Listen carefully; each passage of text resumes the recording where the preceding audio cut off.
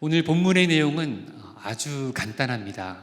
한 농부가 밭에 나가서 씨를 뿌렸습니다. 씨앗들이 떨어진 곳을 네 종류로 구분하였고, 하나는 길가, 하나는 돌밭, 하나는 가시떨기가 있는 곳, 그리고 마지막으로 좋은 땅입니다. 앞쪽에 설명한 세 곳에 떨어진 씨는 결국 열매로 이어지지 못했고, 마지막으로 좋은 땅에 떨어진 씨앗만 열매로 이어진다는 이야기입니다. 그리고 예수님께서는 마지막으로 하시는 말씀이 오늘 본문 13장 9절인데요. 귀 있는 자는 들으라 하시니라. 이 귀 있는 자는 들으라 하시니라 라는 이 말은 듣고 이해할 수 있는 자는 들으라 이 말입니다. 그리고는 설교가 끝났어요. 현장에서 아마 이 설교를 들었던 사람들은 아마 좀 당황스럽지 않았을까 싶어요. 어찌 보면 약간 무책임한 것 같기도 하고, 이해하든지 이해하면 좋고 알아서 해라는 약간 그런 느낌이 있는 거예요. 비유 짧게 얘기하시고 이해할 수 있으면 이해하세요. 그리고 설교를 끝내버렸어요. 하지만 예수님께서 비유로 말씀하시고 이해할 수 있는 사람만 들으라고 하신 이유는 바로 이 천국 소식이 비밀이기 때문입니다. 마태복음 13장 10절을 보겠습니다. 제자들이 예수께 나와 이르되 어찌하여 그들에게 비유로 말씀하시나이까? 대답하여 이르시되 천국의 비밀을 아는 것이 너희에게는 허락되었으나 그들에게는 아니 되었나니. 예수님께서 설교를 마치시고 빠지시니까 제자들이 따라와서 묻는 거예요. 왜 비유로 말씀하세요?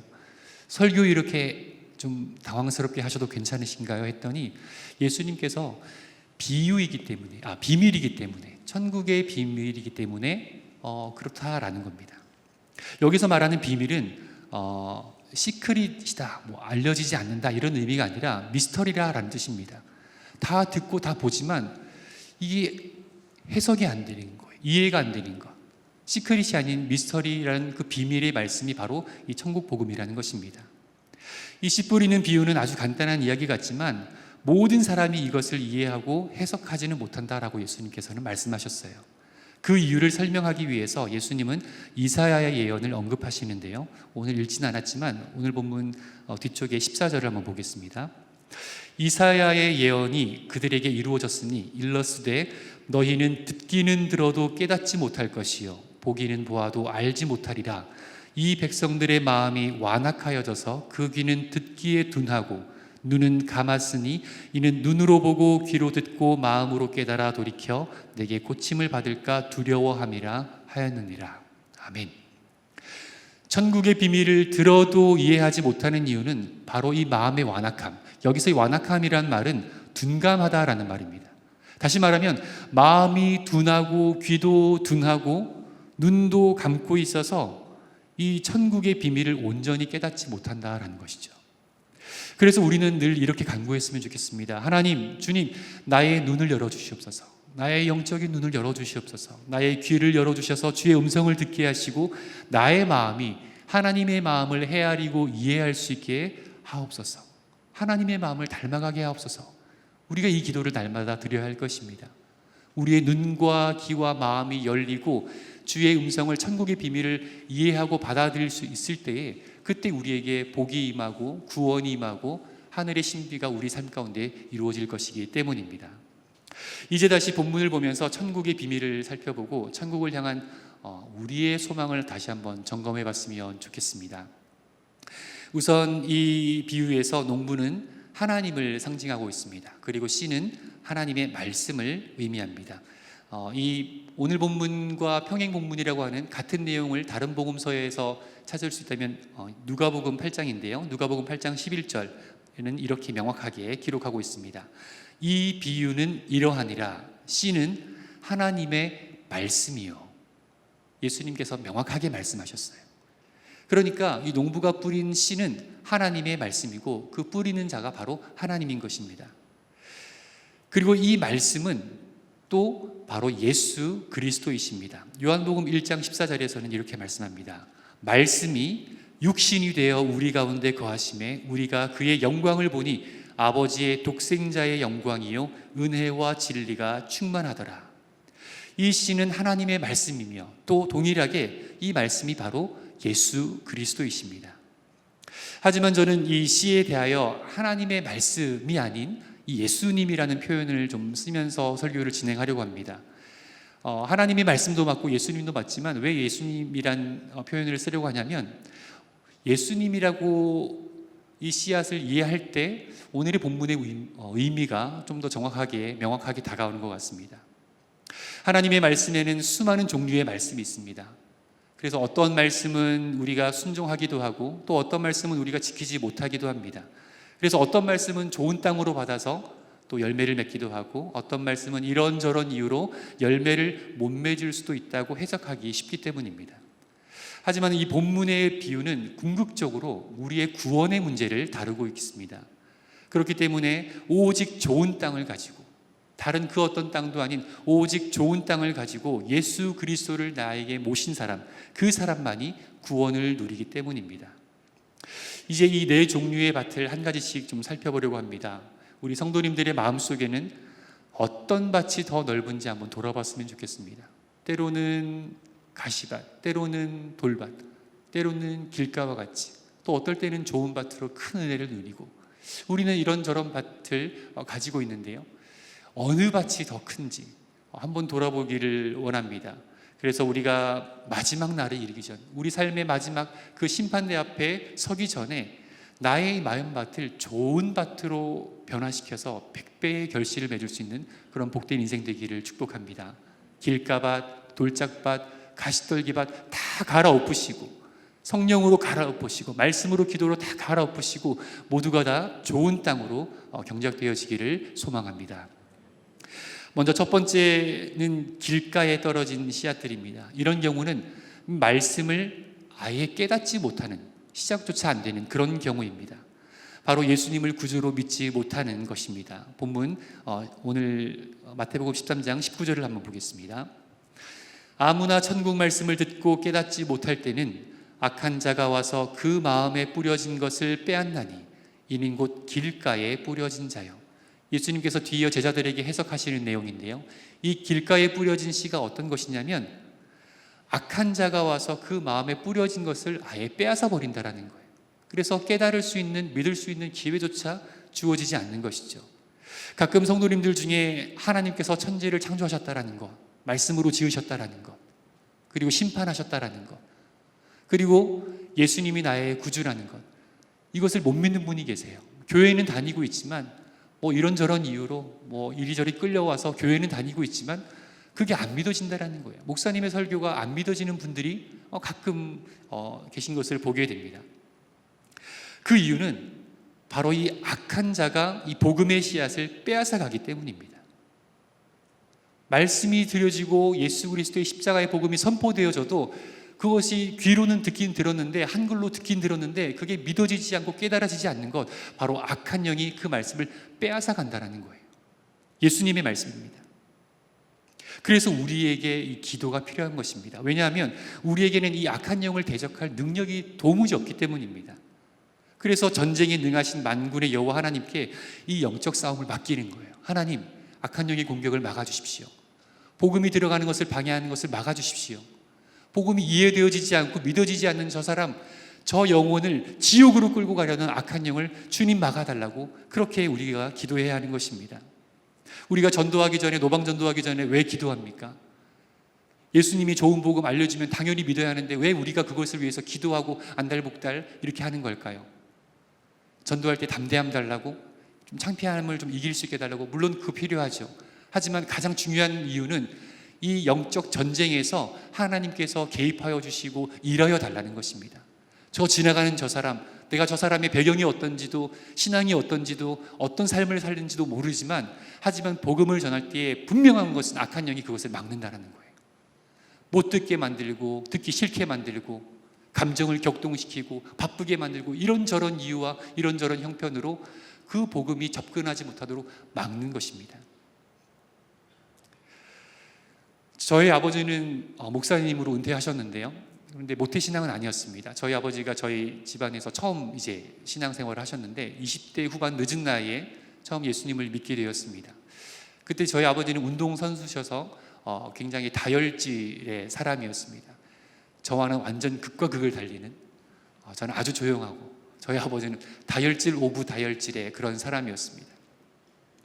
그런데 예수님을 믿고 나서 온 가족은 다 불교 집안이었고 이제 가족을 전도하는데, 제가 아버지가 전도하는 걸 들어보니까 아니 이렇게 무식하게 전도를 할 수 있나 싶더라고요. 한 번은 초파일이었습니다. 석가탄신일. 불교에서는 제일 큰 행사겠죠.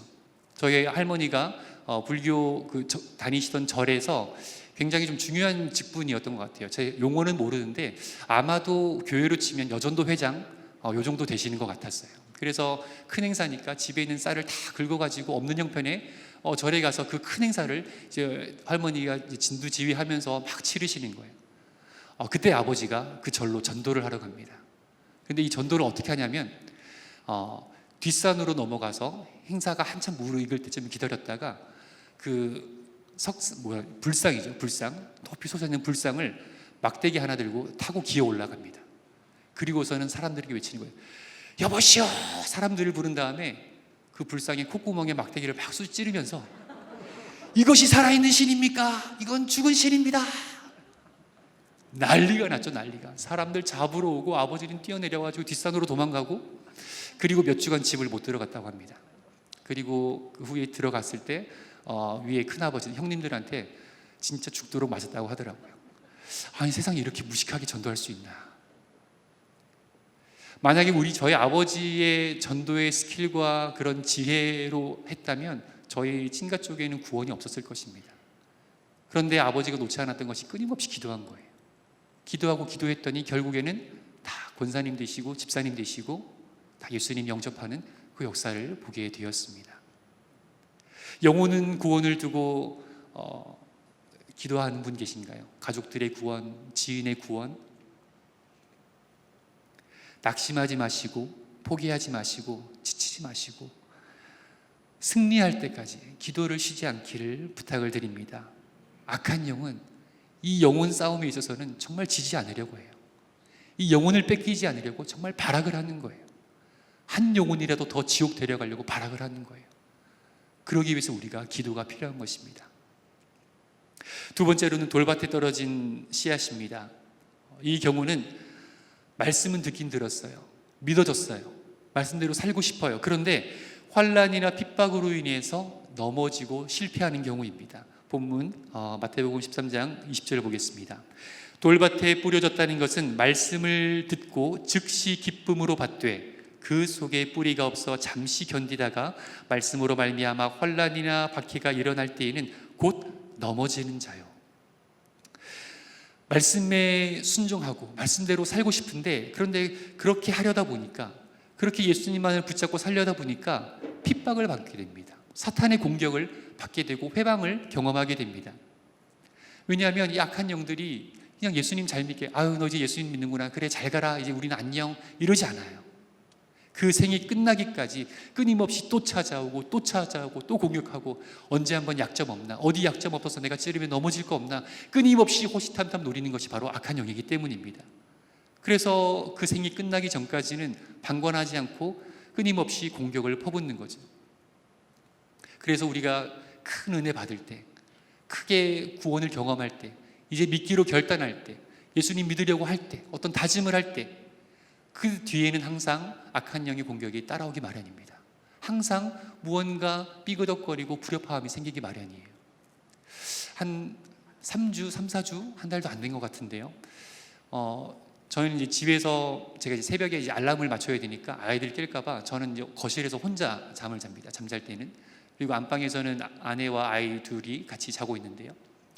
늦은 시간에 다 이제 불도 꺼지고 잠들고, 저도 이제 거실에서 혼자 불 끄고 누워서 잠을 청할 때였습니다. 이제 잠이 들기 전이었는데 아내가 부스 나오더니 옷방으로 쓱 들어가는 거예요.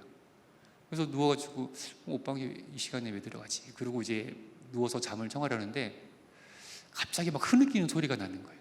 흐느끼는 소리가 점점점 커지더니 막 기도를 하는 거예요. 그 밤 아마 자정쯤 되었을 것 같은데, 그러면서 제가 근래에 잘 보지 못했던 그런 기도의 모습을 제가 보게 되었습니다. 한참을 기도하고 울고 마치 크게 회심한 사람처럼 그것을 보는데 제가 제일 처음으로 무슨 생각이 들었냐면, 이 시간 뒤에 사단의 공격이 하나 있겠구나. 지금 이 시간은 참 감사하고 이 시간은 참 좋은데, 나중에 알고 봤더니 이게 잠들기 전에 설교를 듣다가 설교의 은혜가 되고 감동이 돼서 이제 아이들이 있으니까 옷방으로 와서 기도한 거였다고 하더라고요. 저는 그걸 보면서 이렇게 기도하고 기도가 회복되고 다시 한번 영적으로 뜨거워지고 새로워지는 이 시간을 보면서 제가 제일 처음 들었던 생각은 조만간 사단의 공격이 하나 있겠구나 라고 생각을 했어요. 그리고 기도하고 잠들었습니다. 아니나 다를까 멀리도 안 가더라고요. 바로 다음날 정말 아무것도 아닌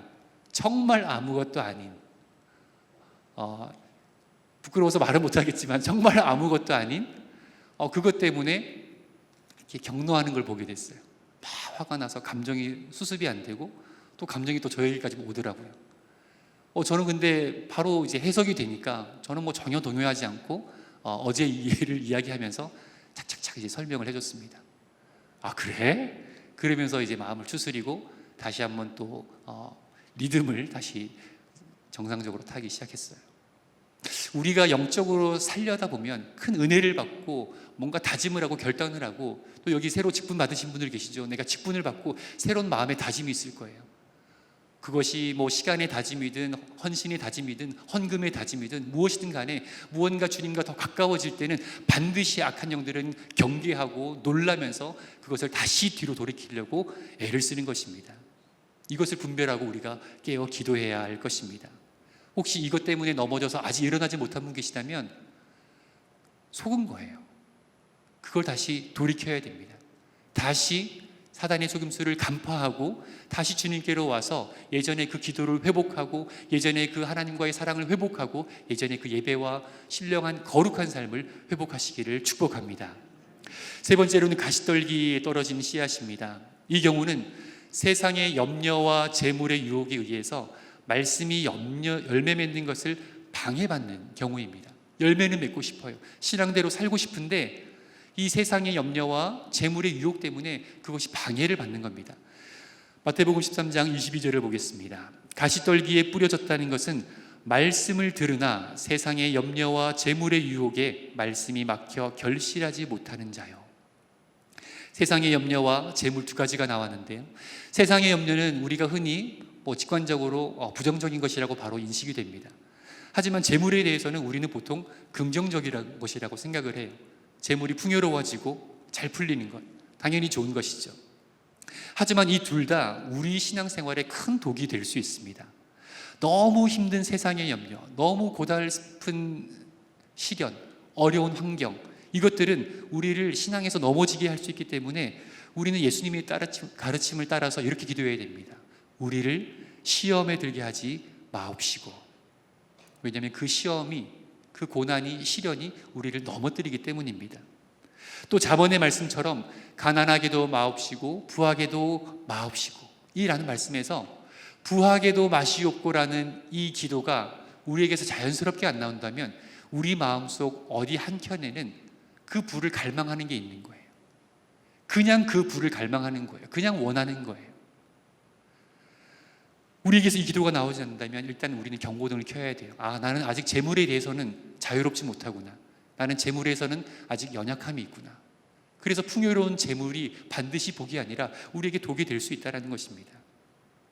재물이라는 것은, 이 세상의 염려라는 것은 능히 우리를 구원에서 떨어뜨릴 만한 그런 무서운 것들입니다. 제가 예전에 같이 알게 된 한 전도사님 계신데요. 이 전도사님은 이제 파트로 사역하실 때 이제 만났는데, 파트 사역이니까 이제 당연히 토요일 주일만 사역하시고 주중에는 이제 일을 하시던 분이었습니다. 저는 이중직에 대해서 말씀드리고 싶은 건 아니고요. 소명에 대해서 말씀드리고 싶어요. 그분의 소명. 이런저런 얘기를 하다가 그분의 비전이 뭐냐 이런저런 얘기를 하다가 자기는 이렇게 사역을 하는 게 비전이다, 소망이다 라고 얘기를 하더라고요. 그래서 몇 년 뒤에는 어떻게 하고 이 일도 그만두고 하는 얘기를 하더라고요. 그런데 그분이 참 사역을 잘했어요. 사람도 너무 좋고 사역도 너무 잘하고 달란트도 정말 부러운 게 많을 만큼 참 잘하시는 분이었습니다. 그러니까 당연히 일도 잘하시죠. 일을 잘하니까 실적이 너무 좋은 거예요.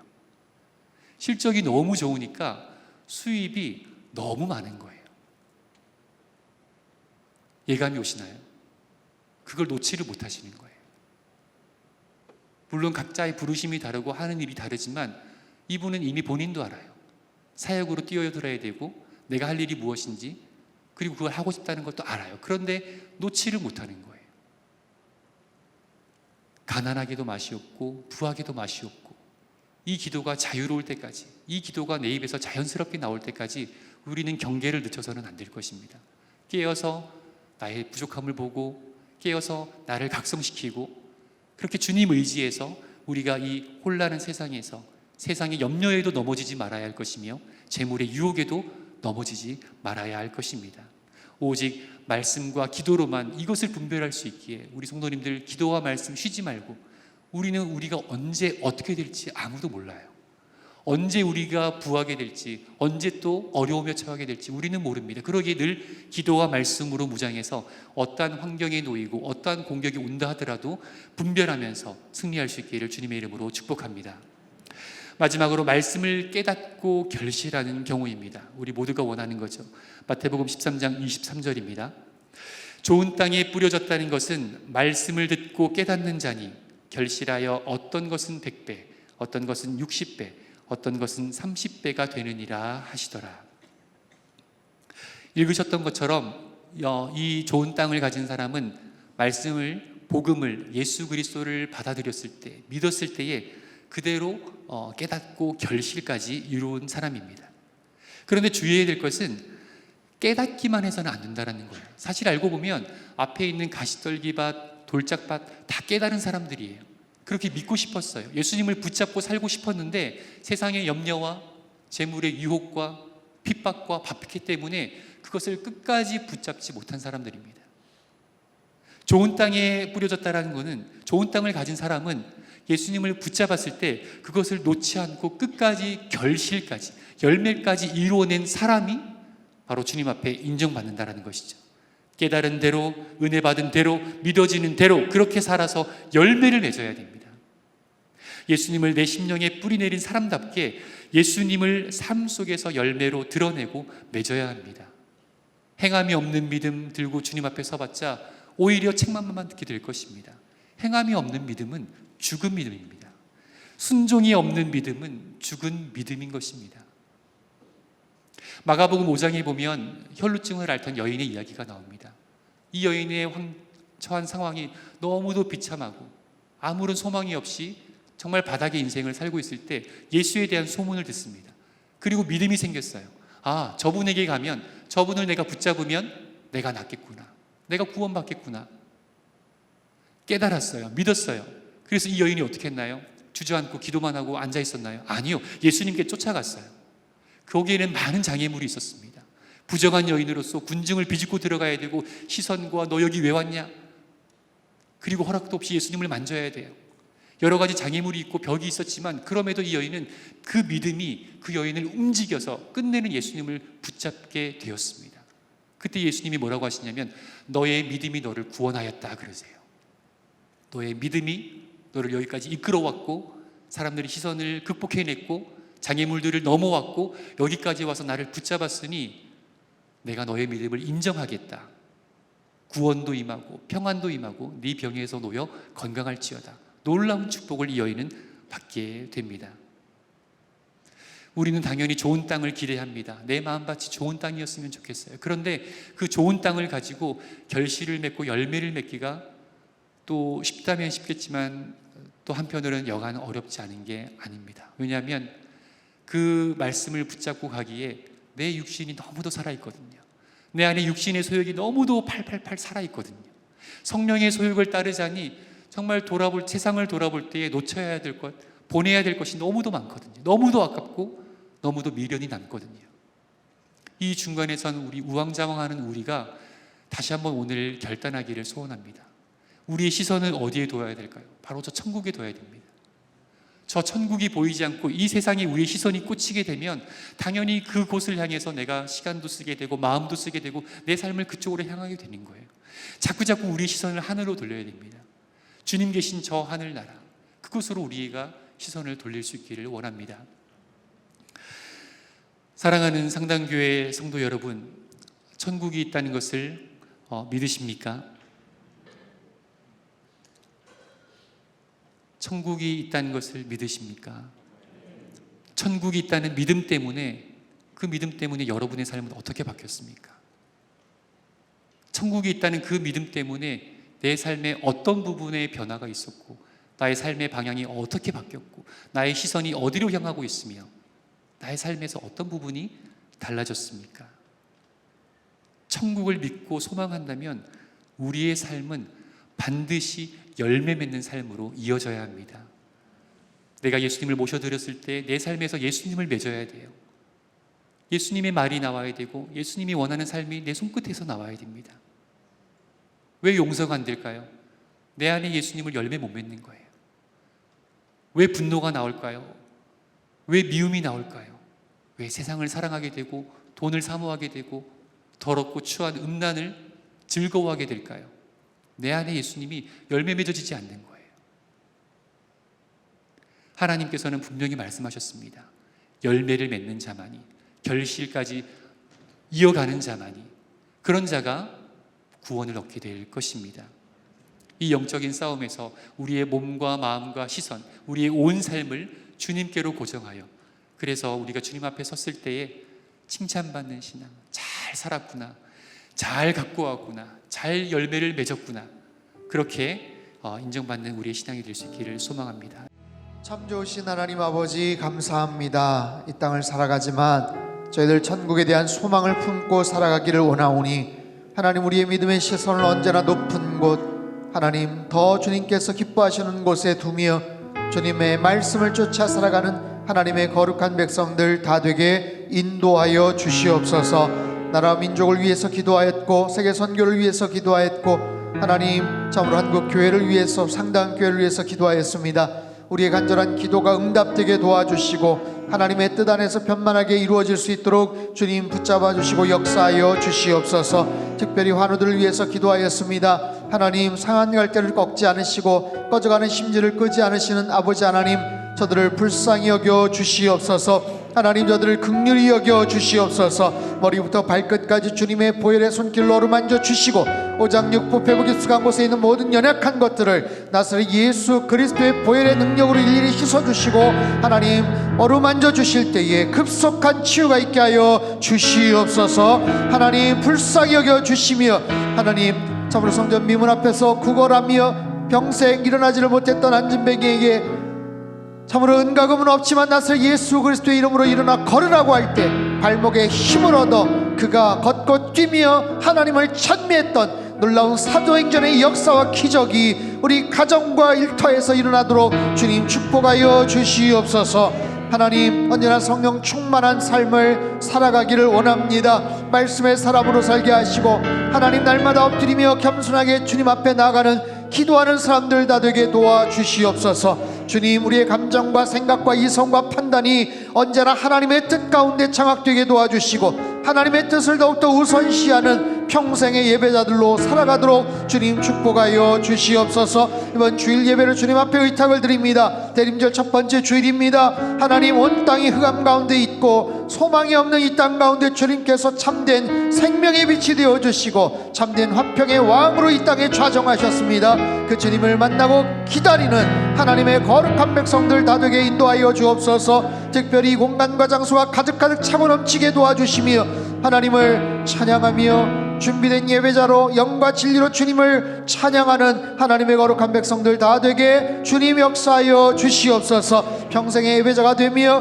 하나님 우리 가정에서도 블레싱 패밀리가 펼쳐지게 하시고 일상에서 날마다 주님을 찬양하며 살아계신 하나님께 찬양과 영광과 존귀를 올려드리는 우리 모든 성도님들의 삶이 되게 주님 역사하여 주시옵소서. 이전에게도 귀한 물질 주님 앞에 올려드립니다. 하늘의 신령한 복과 땅이 기름진 복으로 넘치도록 부어 역사하시고 예물이 쓰여지는 모든 곳마다 하나님의 나라가 힘있게 확장되도록 축복하여 주옵소서.